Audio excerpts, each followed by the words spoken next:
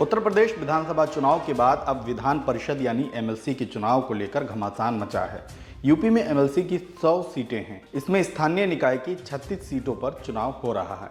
सत्तारूढ़ भाजपा और विपक्षी समाजवादी पार्टी जीत के लिए जी जान से जुटी हैं। सोमवार को 30 सीटों पर नामांकन हुआ था। 9 अप्रैल को वोट डाले जाएंगे। आदाब, नमस्कार, मैं अतीक खान, आप देख रहे हैं द लीडर हिंदी। एमएलसी का चुनाव कैसे होता है, इसके वोटर कौन हैं और इस इलेक्शन में सत्ता पक्ष के दबदबे का ट्रैक रिकॉर्ड क्या रहा है, इन तमाम पहलुओं पर हम बात करेंगे। लेकिन पहले ये जान लेते हैं कि द्विसदनीय व्यवस्था कितने राज्यों में है, मतलब विधानसभा और विधान परिषद। यूपी, बिहार, तेलंगाना, आंध्र प्रदेश, कर्नाटक, महाराष्ट्र, इन 6 राज्यों में ही विधान परिषद हैं। बाकी राज्यों में केवल विधानसभा ही है। एमएलसी का कार्यकाल 6 साल का होता है। यूपी विधान परिषद की 100 सीटों में से 38 सीटों का चुनाव विधायक करते हैं, मतलब इन सीटों पर विधायक वोट डालते हैं। जबकि 36 सीटें स्थानीय निकाय की हैं, जिन पर अभी चुनाव हो रहा है। उसमें निर्वाचन क्षेत्र के सांसद, विधायक के अलावा जिला पंचायत सदस्य, क्षेत्र पंचायत सदस्य, नगर निगम, नगर पालिका के प्रतिनिधि और ग्राम प्रधान वोट डालते हैं। 10 सदस्यों को राज्यपाल नॉमिनेट करते हैं। 8-8 सीटें शिक्षक, स्नातक निर्वाचन क्षेत्र के दायरे में आती हैं। इन पर शिक्षक या ग्रेजुएट डिग्री धारक ही वोटर होते हैं। अभी विधान परिषद में भाजपा के 35 और सपा के 17 एमएलसी हैं।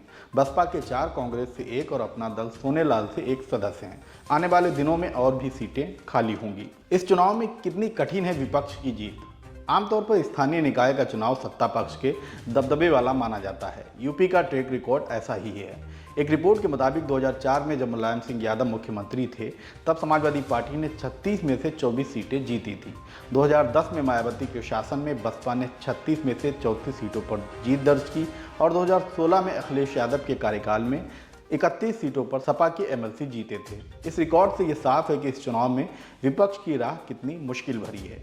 अगर त्रिस्तरीय पंचायत चुनाव के आधार पर भी जीत हार का आंकड़ा देखें तो भी एमएलसी चुनाव में सपा की जीत की राह काफ़ी मुश्किल भरी नजर आती है। इसलिए क्योंकि चुनाव में अधिकांश वोटर त्रिस्तरीय पंचायत चुनाव के ही हैं, मतलब बीडीसी, ग्राम प्रधान, नगर पालिका के सभासद आदि। पिछले साल 2021 में हुए जिला पंचायत और ब्लॉक प्रमुख के चुनाव में सत्ता पक्ष भाजपा का दबदबा रहा था। यहां तक कि कई सीटों पर उनके निर्विरोध जिला पंचायत अध्यक्ष और ब्लॉक प्रमुख बने थे। इस रिकॉर्ड को भी देखें तो भी भाजपा की जीत की राह काफ़ी आसान नजर आती है। बहरहाल समाजवादी पार्टी ने 36 में से 2 सीटें गठबंधन के सहयोगी आरएलडी को दी हैं। 4 सीटों पर मुस्लिम कैंडिडेट उतारे हैं। इसमें बरेली रामपुर सीट से मशकूर अहमद, हरदोई से रजीउद्दीन, मुजफ्फरनगर सहारनपुर सीट से मोहम्मद आरिफ और देवरिया सीट से डॉक्टर कफील खान को टिकट दिया है। Doctor Kafeel Khan BRD medical college gas कांड के बाद से चर्चा में आए थे।